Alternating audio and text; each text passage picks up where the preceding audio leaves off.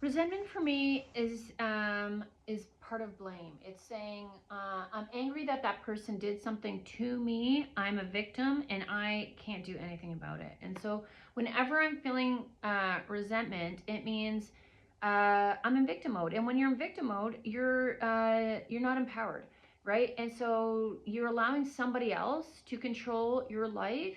And whenever you're in resentment, that's an emotion like you're holding on to, and you haven't gone into what you're actually hoping to get from that person in reality, the painful truth, and you're missing some sort of information. So like it's saying, if you befriended somebody, there were usually signs, or you are playing out old patterns where you rush in and you assume everyone's trustworthy.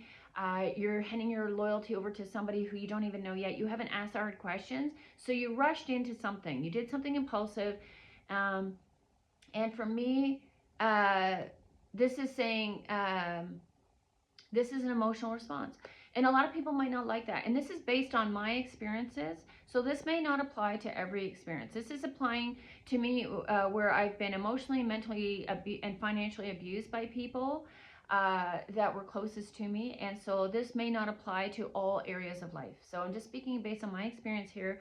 But whenever I've went to, this could be even just being kind to somebody and thinking, hey, I have a neighbor, that wouldn't that be nice to just have someone to say hi to here and there. And but the thing is, I saw the signs before. I saw that there was a lack of common decency because I was picking up their shit and they were letting garbage blow onto my yard.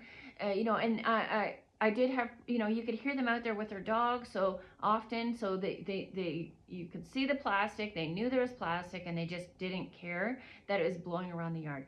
There was, the fact that their dog was barking all the time, and you make excuses. Well, maybe they're a new dog owner, but like that doesn't matter. You can hear the barking. We can hear the barking.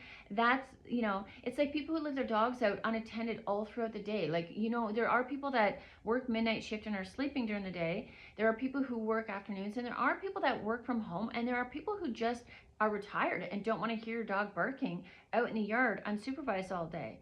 If your dog really gets going and it doesn't stop, that's like an unsupervised kid out in the yard. Like, how do you feel that's okay to just leave your dogs? It really leaves a lack of consideration for your neighbors and their situations. And so these are things where like you're like, well, maybe they're just this and maybe they're just that. And when you make excuses for them, you make excuses for yourself, because there's a lack of confrontation and communication there. Because I know that whenever I've had to now talk to people who have had their dog off leash, who had barking and all these things, when I go talk to them about it in a neutral tone, they bite back. They bark back. They bark back. I get name called. I get excuses. I get no change behavior. Anytime I've had to talk to somebody about these concerns, I have not once had a change behavior. I have a neighbor who does not want to take care of their side. They're just, well, it's your lawn, and it's not my lawn, it's my curb, but it's their lawn, and so they've just decided to leave that like that, right? And so does it bother me? Yeah, because I feel like I already have enough on my plate. So let's not make it part of my plate. Let's leave it over there. I could be resentful and irritated every time, but like that's taking my energy, that's taking my attention. That's what they want.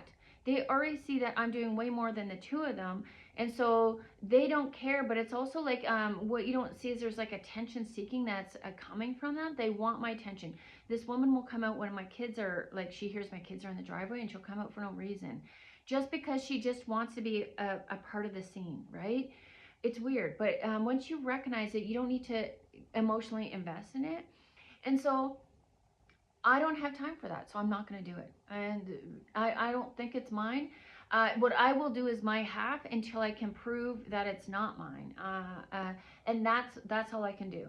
And so that's where I'm at. So when you start to get, the resentment says, I have no power in this and I can't do anything about this right now, which is still impulsive, right? Because maybe this problem is not meant to be solved right now, because there are other things in your life that are needing priority, right? And so there are times when I've had to come out of a workplace where I have been touched sexually against my will a number of times.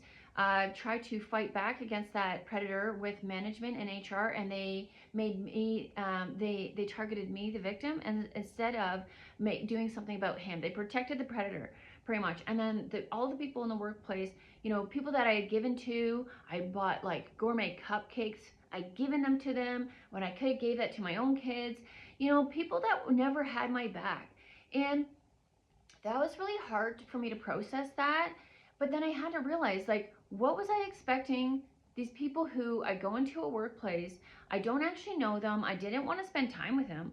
I was just hoping for some sort of level of humanity, common decency, consideration, compassion, right? Okay, I don't know these people. And so, like, I didn't receive that. So what I had to do was recover from that. I couldn't go and fight it legally. I had all the documents to win a case, but I couldn't find a lawyer that really was lawyering. And so it was really frustrating because I ran out of time, which is ridiculous that there's a timeline on that, but you only have a year from the date of the situation. So I had to decide, am I gonna, like, the resentment was there. I knew I was in, this time there was no gray zone. I knew I was in the right, but what I couldn't guarantee was that the law would be on my side. Because I've dealt with the FRO system, which is Family Responsibilities Office, with the kid's dad and child support.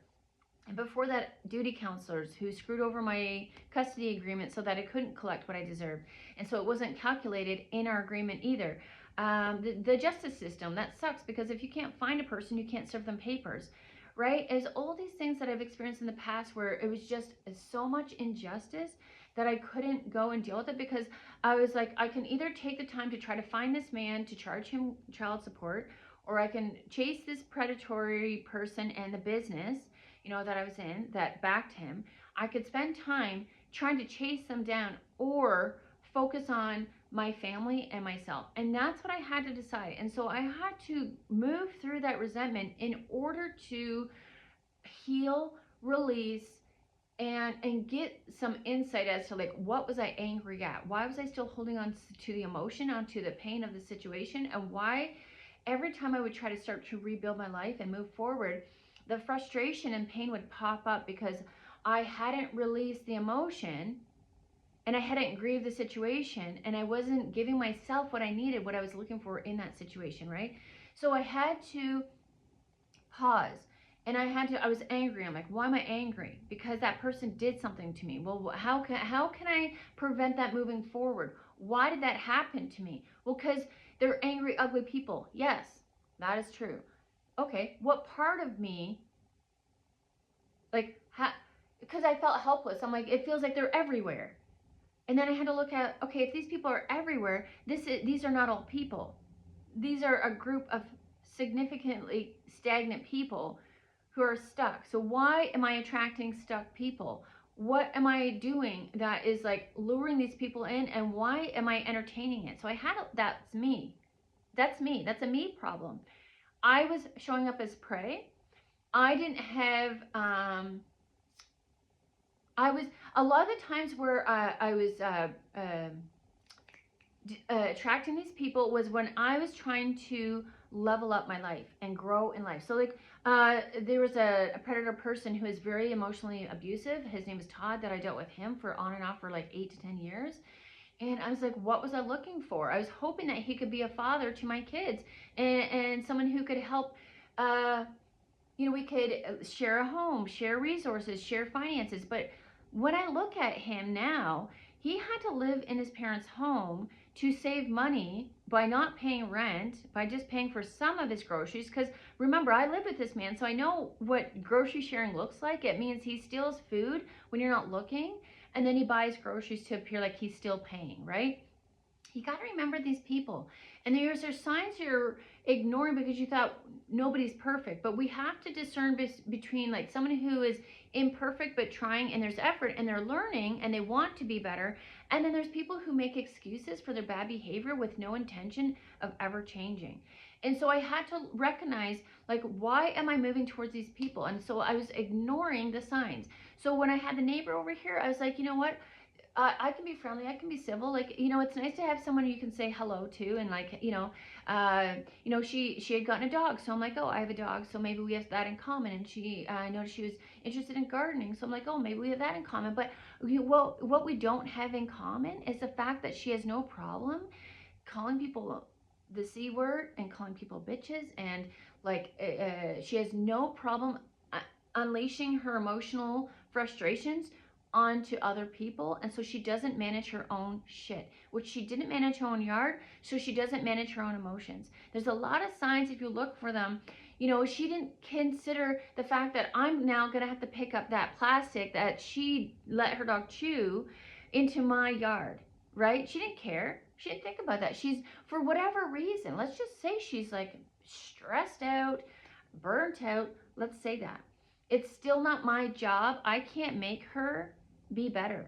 You know, I can pick up her garbage. She's not going to, if I keep cleaning up her mess and trimming her yard and doing that, she's not going to learn anything. And that's when she's calm, when I'm doing her work and when I'm her yes man. You see, she's trying to manipulate me into becoming one of her yes man and one of her whatever people that pick up after her. And she's looking for me to do her emotional work, her physical yard work. And that's not a friend. That's not an equal give and take. Even in my darkest days, my lawn did grow, but I never inflicted my stuff. Let's not say never. You know, my dogs barking are obnoxious. That is something. Is it against the law? No, it's not. But it makes for an uncomfortable dynamic. And so I recognize that. I had neighbors at the back. They had very beautiful, for the most part, behaved dogs. And my dogs would run, and every time they don't like the owners. And even now they still don't. I had the lady over here because of construction, and she walked by my dog. I've never had my dog bark at a human like that. Usually they have a dog with them, so they're barking at the dog. I've never had my dog bark at a human. That is the friendliest of the two dogs that was barking at her. And she lives behind here. And so they do have two beautifully gentle black labs, but one has changed and one is different, and it had been attacked by somebody outside of the yard, and I think that's what happened. But they have their dogs off leash, and they don't care how that affects, because we've had some interactions and they haven't changed their behaviors. They don't care how that affects me. See, when I noticed that, how obnoxious that would be, like if you're out in the yard and having a dog come up to the fence, like I was irritated by my own dog, so I can imagine that could probably be irritating for them. So that's what made me, I'm like, I can't let this continue. Even though I had so many other things going on, I had to put those things off. I got to work on my dogs, right? So like, you got to look at, who are you moving towards? Are they the same as you? Not, do they have the same wounding? Do they have the same like tools, habits? You know, do they take care of their own? Do they seem like, I don't want to put anything on you. I don't want to put a burden on you. Are they looking to you to do something that they are meant to do themselves? And these are people who, just in general in my life, where I felt like I was moving towards people, because I thought, for one, they, you know what, maybe they just don't know, and if I do it, they'll see it and they'll learn. Like, oh, that's how you do it. It's not. Proximity doesn't dictate like same energy. Just because someone's close to you, that doesn't mean you're meant to be close to them. Just because you work with somebody does not mean you're in the same boat as them. Somebody could be going into that workplace because that is their end game, and you're going there for a season. So you are not the same. And so I had to stop placing myself on other people to think of, just because they were there at the same time of my season, that doesn't mean we're meant to move together, you know? That, because we could be there for different reasons. I had a therapist who couldn't understand.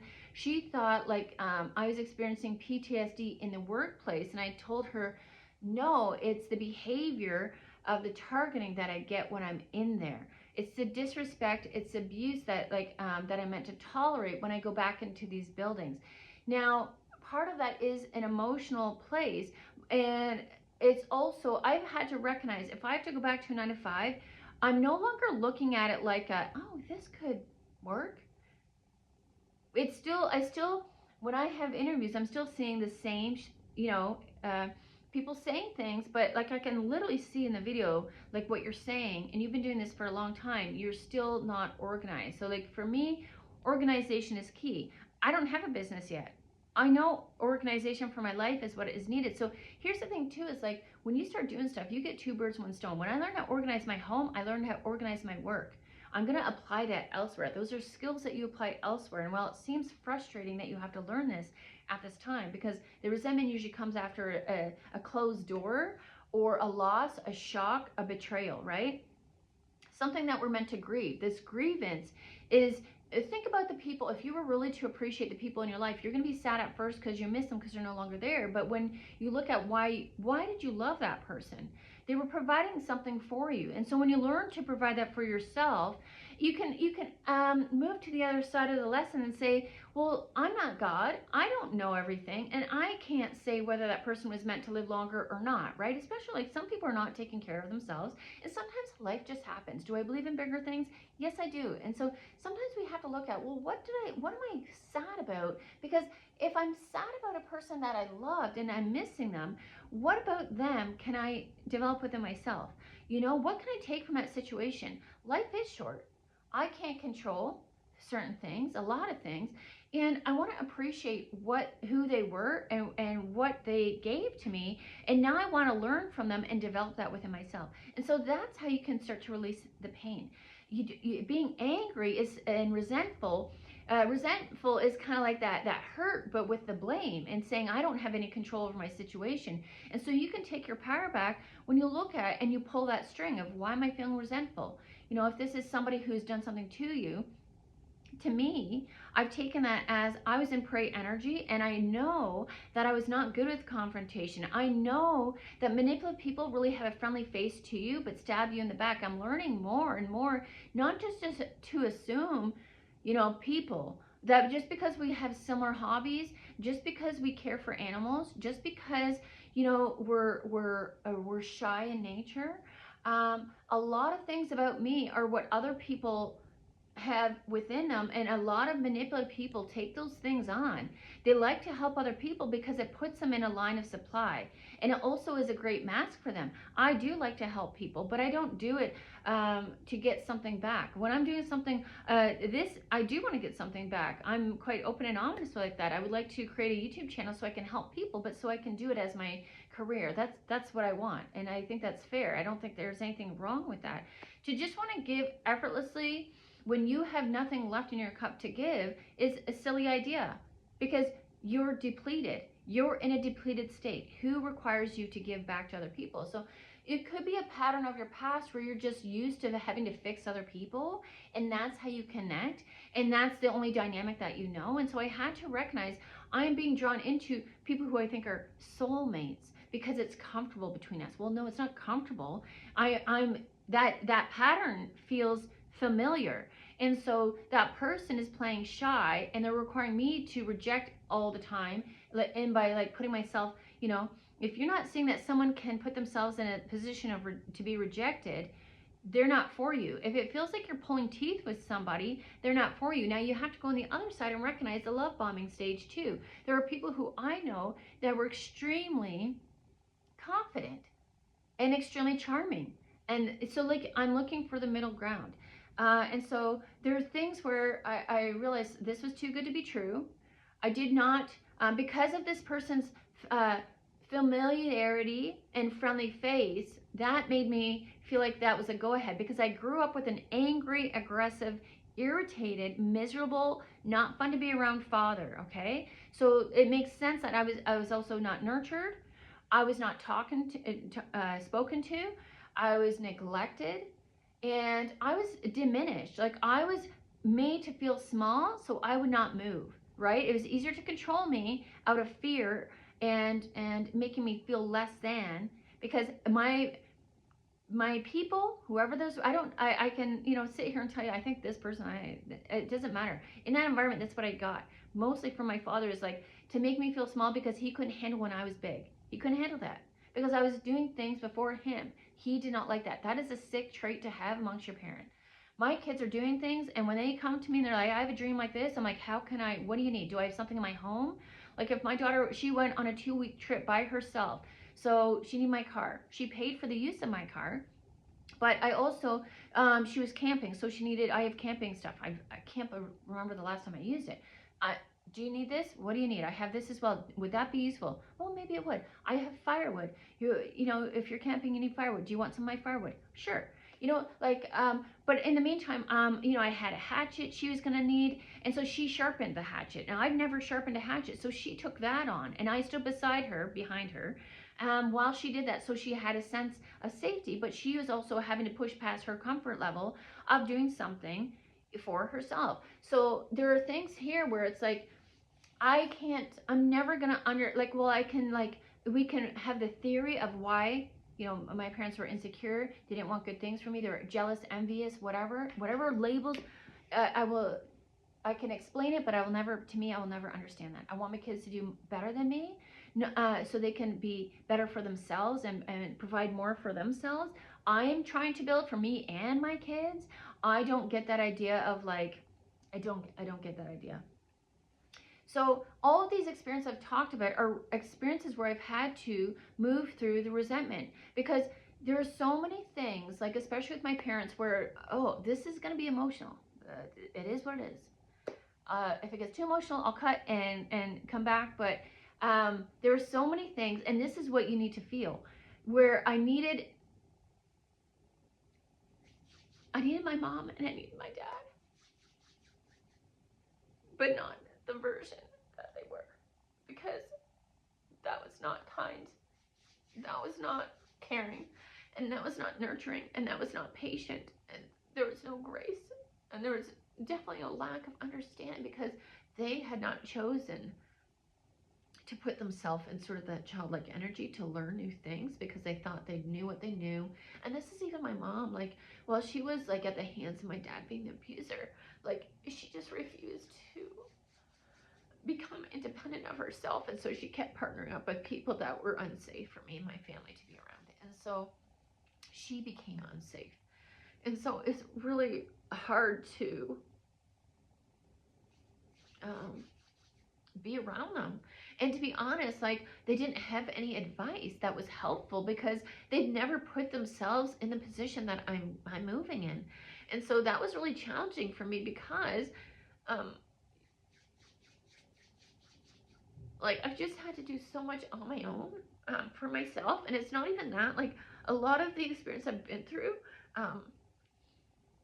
like, the work that I've done, I remember, like, when I had to sell our family home, I had to do the majority of the renovations, and while raising my young children. And my mom showed up, I think, like, a little bit for that, but not really. She used to be really good at doing the rentals, and I think she just lost it, which I totally understand. I totally understand that. I think that was the best that she could do at the time, which I get. That's not what I'm mad about. I'm mad, like, I wish she would have just, like, rested herself and chosen to recover herself. I wish she learned boundaries. Yeah, and so I think it was just, it's almost like my parents kept themselves in a position where I couldn't ever go to them for help. So it was never really an option, you know? It's just like, I'm like, they couldn't even handle themselves, let alone us, right? And I'd hope that, you know, once the kids were all out of the house, they would have more time and independence to work on themselves, to become those people that I needed, and they just never did. And so I have to grieve that. That's something, they're never gonna be those people, you know. They're and well, I had a therapist say it, but, like, she didn't explain it in that way. She just was kind of cold about it. Well, that's just not who they are. Okay, but she put a period in that, and I said, but I needed that. Like, I need that. I need that guidance. I need that support. And it was all within me.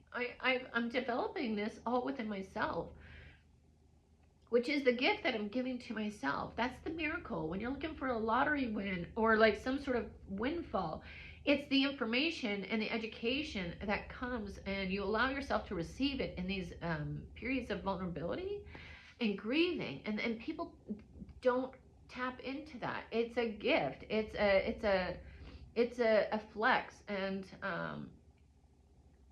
so the times when I had to express that physically, I need my mom, I need my dad, you know, it still hurts, I'm still struggling. I still have so many challenges that feels like ahead of me, and so we don't have that safety net. Like, I have to be that for my kids, and so I'm learning it while I'm still having to do that for my kids, and it is very challenging. It's really hard. Um, so it's hard. It's really hard. And the thing is, a lot of these people that come against you, it's they see you as a vulnerable person and somebody who's going to tolerate their abuse, and so it's intentional. And so that's something I've had to realize as well is none of my family members have ever really accounted for how they've treated me, and so in this sort of getting the blessing to, through the lesson, you have to really, it is accepting these people as they are. And I had put hope in them, and I've had to let that hope go and place it in me in order to take action, to release that emotion, and able to unburden myself in order to move forward. So I've had to grieve. Obviously, I still have work to do with this. Haven't really just spoken much on this, and now it's coming out, and that's okay. I've had to grieve the family I didn't receive. And another part of that is, so when you allow yourself to move forward and keep going, you're gonna still run into people like this, where you have to like exercise it like a muscle and get good at like understand like why did that person behave that way? Why did they get triggered? Why did they trigger me? And so I've had to move through the whys, and I'm like, I did it again.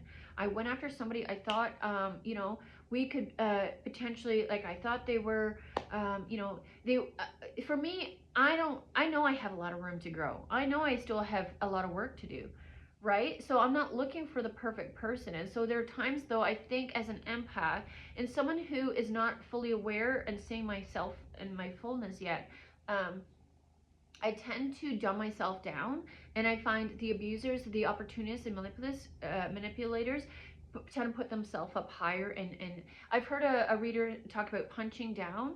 It's not just about punching down, it's also about taking from those who have a bigger heart and less boundaries. And so some people will say, I'm an empath. Yeah, that's great.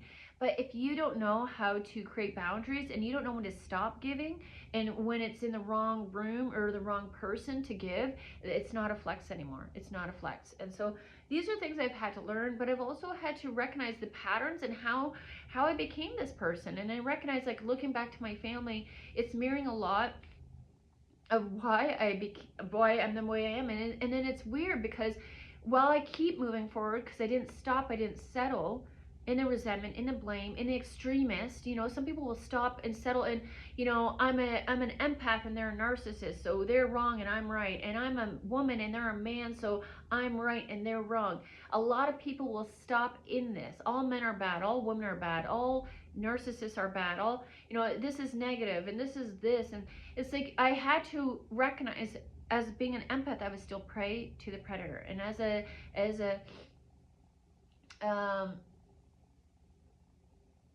an overgiver, an overforgiver, that was still putting me in prey energy. And so that's where the clarity comes. Do you see how I just processed that? I processed the pain. I asked, I saw what the problem was. I've been betrayed, backstabbed, lost, shocked, lost finances. I'm angry at it, I'm frustrated, but then I had to realize I was giving too much to the wrong people for the wrong reasons. I give out of guilt. I'm aware of my pattern. I have to put that chip in my brain now. When I meet people, remember not to give out of guilt. Remember not to blindly trust them. This person could be anybody. This person could say they dealt with a narcissist, but they could be the narcissist. Because an empath who will not heal is now the abused who becomes the abuser, because that emotional burdens that you refuse to change your patterning, you're now placing it on your children. And so the children of an empath can estrange your parents just like a child of a narcissist, because it's too much. It's too much. You haven't changed your patterns. Just because you've recognized something doesn't mean you've actually exchanged it and changed it to healthier. So that's something I had to realize, that for my children, I had to learn this in order to do better for them. I had to recognize, well, I thought I gave you a great life. I thought we had a great life. I remember good memories, but they don't. And I couldn't remember good memories from my past. So that means they've experienced some level of trauma too. So that means I have not, it's not just, their dad checked out when they were like, he's always been abusive. He's always been a volcano. He's always been aggressive and verbally, physically abusive to us together. Not so much physically, but there are elements of his strength that he used to control us and intimidate us into submission, right? And so you got to think that that's there. So I had to recognize that I was doing it differently, even though I was afflicting emotional baggage onto my kids due to me constantly being abused and being in an emotional state, and I wasn't receiving, like, what do I need to change? And I used to think that's just how people are, but like, that's how they are. That's not how I have to be. I don't have to remain the prey. I can change myself. And that's why I started to change. And then I realized I started giving my kids what I didn't receive from my parents, because I was like, I started getting in touch and like, what do I need in this situation? And that's where when I was frustrated, when I was trying to move out of the resentment, but with the resentment still, I was frustrated and I felt I was impulsive. So I was still making impulsive moves, and I was making moves out of validation to prove the haters that I was not who they were treating me like, right? And so if you move like that, out of that hate energy, the decisions that you make are going to be impulsive and rushed and settled, as opposed to healing and working through that resentment and getting to a place of like, okay, I can see why that happened. I can see what I can do to move forward and do better. And so now I can release the grieving of what I didn't receive. I can bring in the information of what I need to develop within myself.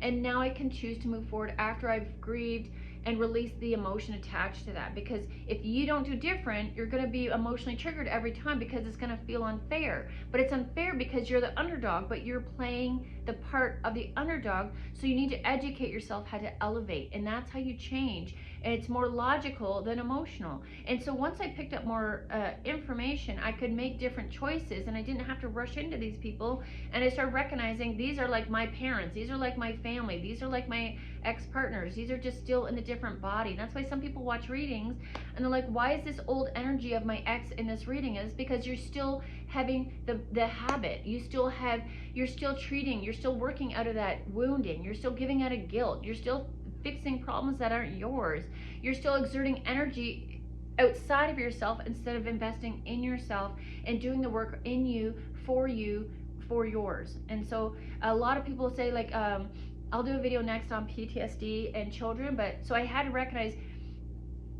what did I need to give to myself and that I didn't receive from my parents.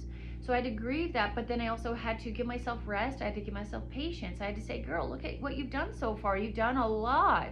But I never got any of that. I really never got any of that. So like, I couldn't see how much growth I had. I couldn't understand why people were so triggered by me when I wanted to offer help or advice.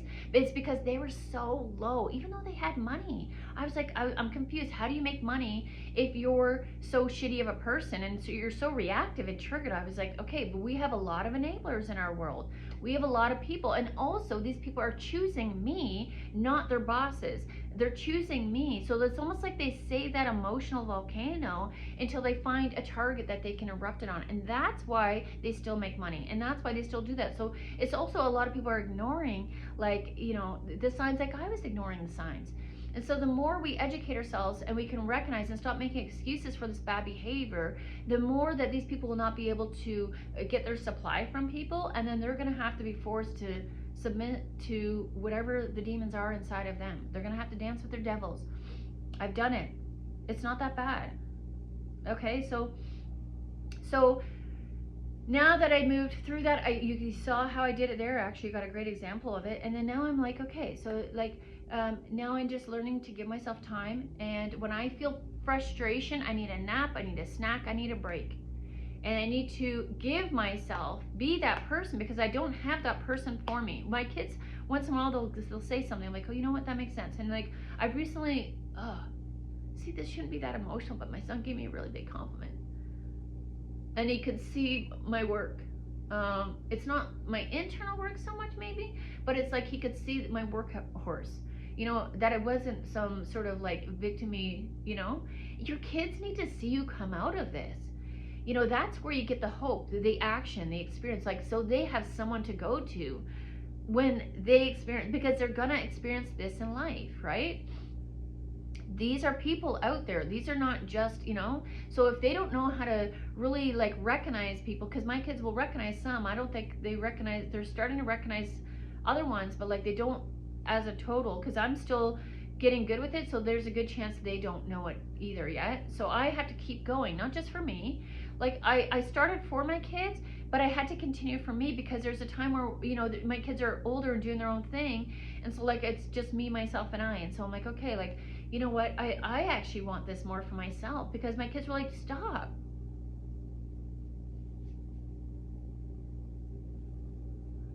They didn't need me to be rushing or sacrificing myself in unsafe situations for them, you know. And so that's when I'm like, okay, like, they're gonna be okay. They have to process their pain. They have to have their experiences before they're as receptive. So it gave me a time to also just slow down and like take the brakes off. And I had to understand, like, some of the things I was doing was out of guilt for them. Because when you can recognize you've damaged your kids, not intentionally, but because of being abused, that's a hard one to work through. It motivates me, but I also have to regulate myself and slow myself down to be consistent, not like 0 to 90.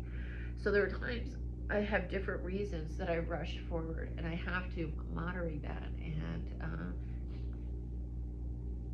that then pushes me into the pissed off mode, which is these people affected me and mine. Anything you do to me affects my kids. Anything you take from me, you're taking from my kids, and I don't take that lightly. And this is where it allowed me to get the clarity to close these doors for these individuals. Yes, there is residual emotion. That's normal. Nobody wants to like close doors and lock them to their family. That is a harsh, you know, some kids are entitled, and when you don't give them what they want, they do that to their parents. But it could be because those parents didn't give their kids lessons of life. They gave them filler of superficial material needs. They didn't teach them anything in life. So like if a kid's entitled, there could be a chance because you didn't teach them to appreciate what they have. In my opinion, in my experience, I could be wrong, but so for me and mine, my kids work their asses off, and yeah, I just had to get good with like recognizing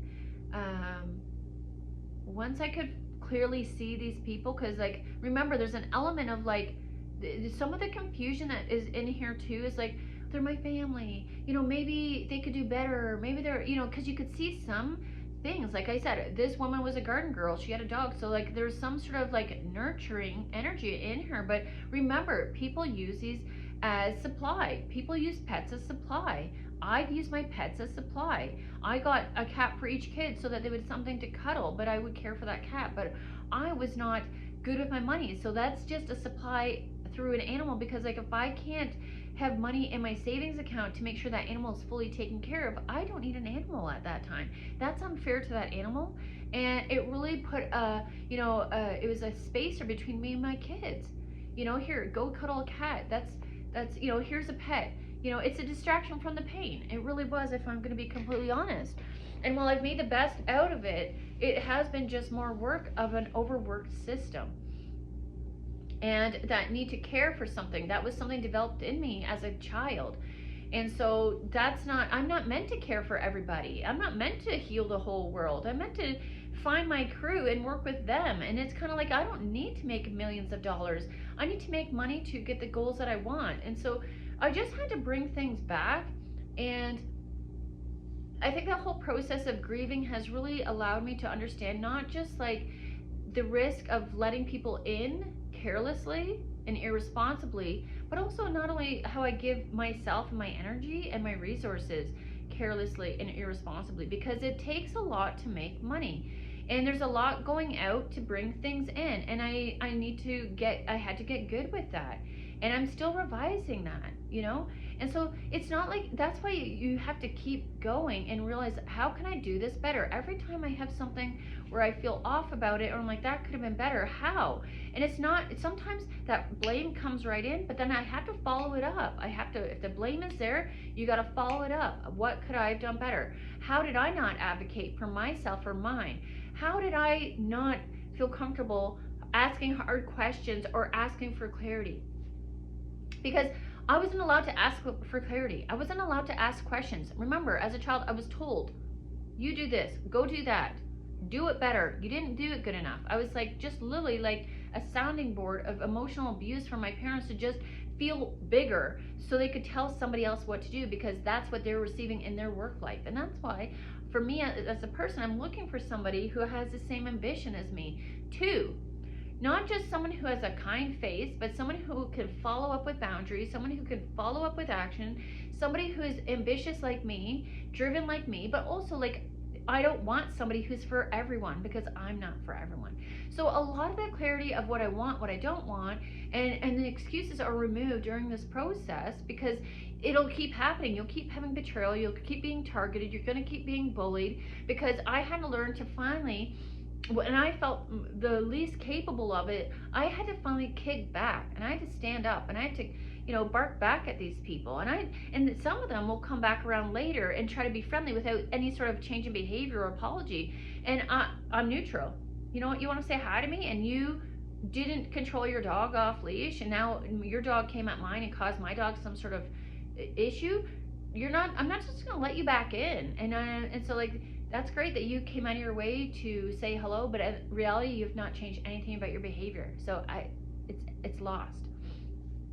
Did they lose something from that? I don't know. I don't care anymore. I don't care. So my emotion now is attached to things that heal me and help me release the emotion, not to the experiences. And so like, when that still happens, when I still get frustrated, I have to tell myself to slow down. When I give myself grace, look back at what I've already done, slow it down. You know what happens when you rush, when you make impulsive decisions. Pay attention to what you're feeling. I feel unsafe right now, so I'm getting faster. Well, why do you feel unsafe? Because my money is running out. I don't feel financially secure. Okay, how can you make your money better? I feel unsafe right now because I'm surrounded by more bullies than I am supporters. That feels unsafe. Well, what are these bullies doing to you? Nothing. They're cowards. That's how they are in life. They don't know how to make anything happen unless it's fake and full of shit. Their life, their home, they are full of shit, right? Their words are full of shit. Their life is full of shit. You can't think. Like, look at the yard. What do you think the home looks like? That's the reality. My home, when I couldn't cut my yard and when I couldn't do that, my home inside was a mess too. That's the reality. I couldn't get up and do dishes. I was struggling with abuse that I had endured, the trauma. It's trauma. When someone fucks with your money, especially now, during this day, or any time that it makes you feel unsafe, that is abusive, that is intentional. And when you look and remember that these people chose you, these are your family members, these are your friends, these are ex-partners, why the fuck would you want to go back to them? Door closed, case closed. Let's just revise this moving forward. And that's how you get out of it. And that's how you move through it. When I started recognizing that perfect strangers could enthusiastically and passionately explain to me, this woman was deaf, and she could to interpret to me how much work she'd seen me do on my yard. She's deaf. She found a way to tell me, a stranger, she doesn't know and she has nothing to gain from it. She's seen how much work I've been doing. I have a beautiful garden. Wow, you have a beautiful garden. This is, and in turn, I was able to communicate with her, and she's growing potatoes, and she, she's pregnant, and she lives around the corner kind of thing, like she lives within walking distance. So like, she's deaf, and we figured out a way to communicate and have a conversation. Was there conflict there? No, there didn't need to be. I'm growing a garden. I'm working my ass off. She could see that and appreciate that without taking anything from me. So when I started experiencing this from other people, I've had other neighbors that walk by and they're like, you know what, we've been watching your process, your progress, and you're changing stuff, this, and like, you're like, yeah, well, I wasn't sure. I decided I wanted more veggie space, and especially the way of the world, I want to grow my garden that way, and I don't need as much perennials back there. And I was just kind of like, I think I'd like to make room for this. No judgment there given. I mean, they may have had a conversation, but I think she's crazy. But it's just been, for me, it's been friendly, understanding, and even when I walk by their home, they've always been friendly to invite me in to see their new baby. They ask about my dogs, and it's a slow progression. There's no fast and furious energy in there. We're just enjoying each other's company. There's no we kind of talk about stuff, and maybe we'll ask questions about, oh, what are you doing there, or how you deal with that, and it's literally just for the most part there. That's where it is. And so when you experience that from complete strangers in your own family, discarded you, isolated you, neglected you, and chose not to consider how they might be a part of the problem, that's a problem. That's a huge. Can you imagine growing up with that sort of group environment and that mindset? So it makes sense that you were the prey. You were the one. They felt fine coming to you with their bullshit and their burdens and unloading them on you, and you were expected to carry that. And so when you start moving away from that, somebody who had no time for you, I decided to start ignoring them and not responding and not texting and no longer Merry Christmasing them and no longer checking in with them. And some of them stopped calling. My mom stopped calling me when I required her to be more of a grandparent to her grandchild. To be, show some interest, meaning show some investment. Don't make her make all the decisions. Take initiative. And maybe she couldn't, but she was also involved with a man that is very toxic. And as long as she's giving energy to him in that, she can't be the grandparent she needs for my kid. And that's not fair. My kids have already experienced toxic family members on both sides of their families. They deserve so much better, right? And so when you learn that and you receive that, now you got the messaging. Now you have the clarity. If a simple stranger can be that kind, and it's not hard for them to be kind, and now learning how people can love you, and it's easy. Now I haven't gotten there yet. I don't know that I'll ever get there with a partner. There's a lot I still have to work on within myself, to believe, I'd have to see it to believe it, kind of thing. And I'm not saying it's not possible, but I have some other things I would like to work on first before I get to open that vulnerable door to developing that sort of partnership and romantic connection, right? But so when you see that it's so easy for other people to just be that way, and even when I was going to collect food at the corner cupboard, I just remember running into this one lady who, there are some people where I could, you're kind of like, oh, I don't know, I feel like I'm being a little bit judged here. I potentially, not always, remember, it is I have to be careful, because not every bus is a school bus. It could be a city bus, right? So there's times where I'm like, I had to get better with, is that?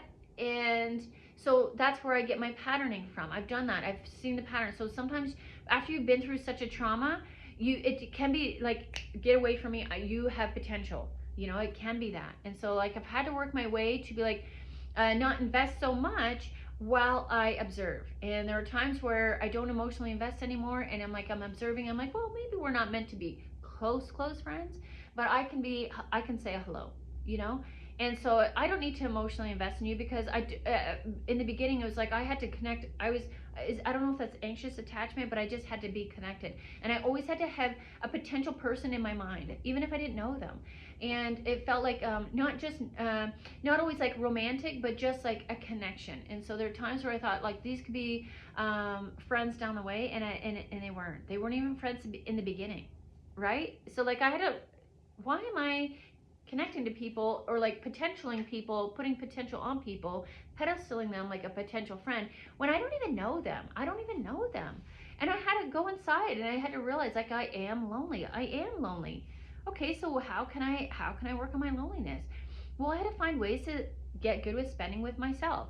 And I'm not there yet, but there are ways that I had to learn. And so this is weird because there are times when I knew I needed play and joy, but I didn't have any interest in my options of play and joy. And so I had to process through that. These are all things that don't all happen at once. It's kind of like an onion, unveiling it, and it's just kind of like you get better and better at it, but you have to choose to get better and better at it. And not get stuck, because there's times when I get stuck in my pride and ego, and I'm making decisions based on old sort of programming and assumptions, and I have to recognize, like, not all, when recognizing like anybody could be dangerous, but I also have to recognize everybody is not dangerous, right? And so, and with that came the realization, like, just because somebody was kind and giving to me and asking to help me was a taker, that just because this lady in the corner cupboard, she was just friendly to my face, and I was like, okay, that felt very easy and effortless, and she is helping me, and she is in a because you got to be careful, because these people are in these vulnerable sectors. There are people in the social services that are doing it for all the wrong reasons, and then there are people there that are doing it for the right reasons, and then there are people sprinkled in there who, like, maybe want to be better but haven't gained the strength yet either. And so, like, unfortunately, like, I've had to look at certain people and be like, you are not listening or understanding my boundaries, why they're in place and why I need them to be there, and I cannot be close to you because you can't moderate yourself, and it's not my job to do that either, right? Like, with emotions, with, just people, like, they're not seeing how they're being portrayed, like how I'm seeing them and how they're showing up. And so, like, it's not my job to constantly be like, well, you said this is kind of very uncomfortable. Not kind of,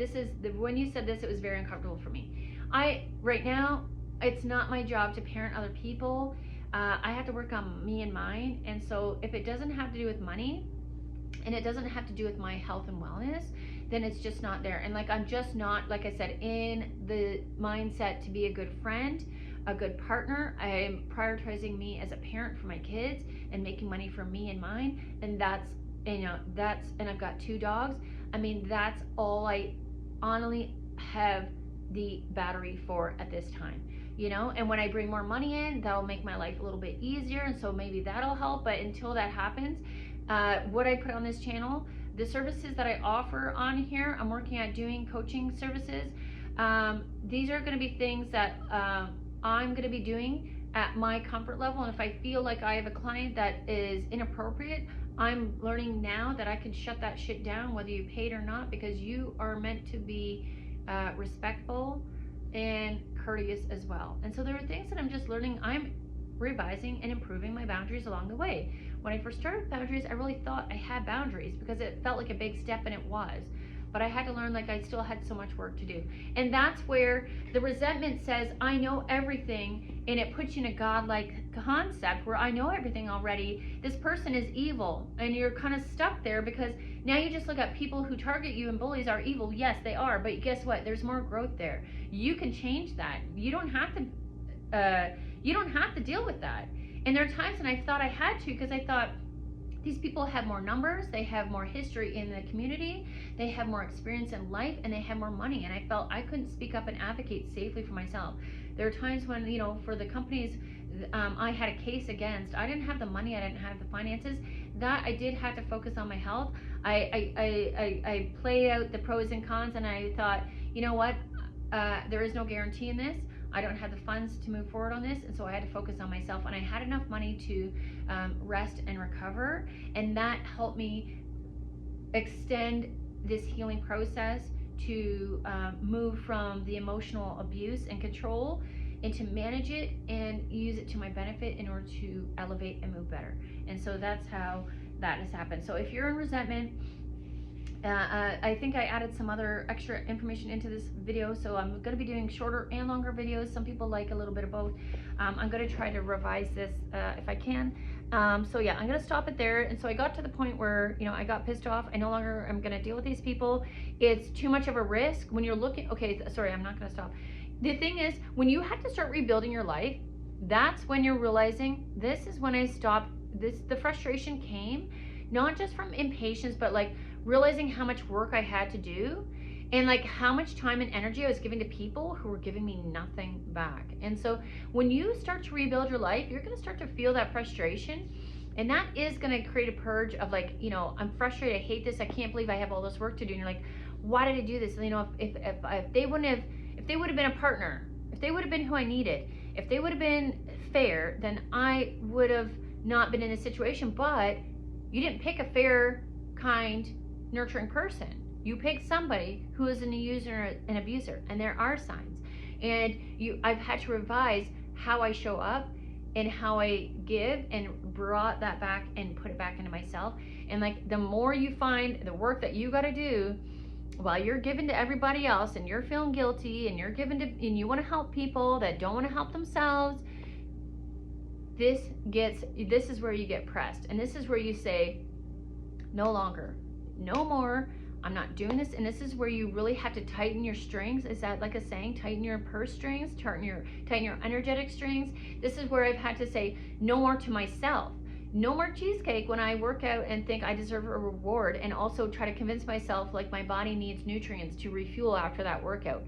No more excuses, no more delusion, no more fast tracking. I can't do a Tae Bo right now. I have to get good working out in front of the TV, toning my body first before I add the cardio and that muscle challenge, right? So like I have to take it slower. Do I have to go back in the work world? I may have to do that, but I'm also acknowledging if I go back into the work world, that is not my end all be all. That is a season. I am not there to fix their shit. I am there to show up, work my wage, and go home. The chances of me meeting somebody in there that are like me is very, very low. It's very low. I'm assuming that's not going to happen. I'm behaving neutrally, and I'm not investing in anyone. I'm focused on, this is money to pay my bills while I work on my body, my mind, my kids, balancing my life, and working on my passion project. That's how I'm moving forward. So hopefully that helps, and I will see you in the next one. There are ways to give back financially if you're comfortable and capable in the description box. A like, subscribe, comment goes a long way. You can even share it to yourself. It just shows that it's been shared. They don't know it's your cell number. Some people are not always comfortable putting this shit on their social media, and I totally understand that. And there are times where I save it. You can either save it to yourself, but then I also I share it to my, like I'll email it to myself, and that's why I save a lot of articles and things that I find interesting, so I don't get overwhelmed with stuff. I share it back to myself, and then I see that it's from me, sent to me. It helps me kind of organize my emails as well. So I will see you in the next one. Thank you for watching. Thank you for all those that are commenting, liking, and supporting. I appreciate it. I'm looking to grow and hopefully get out there, so this will help those other people. There are people that I think can benefit from this. I know I wish I would have known this further back, and so sometimes you got to hear it to, you know, and sometimes it takes a couple times to hear it. Sometimes it's like, oh, you know, when you have something happen in life, you're like, that's what they mean by this. You know, that's what they mean. Because sometimes we'll hear something and we think we're doing it, but you're not really doing it. So, yeah, that's all I got for real. Take care.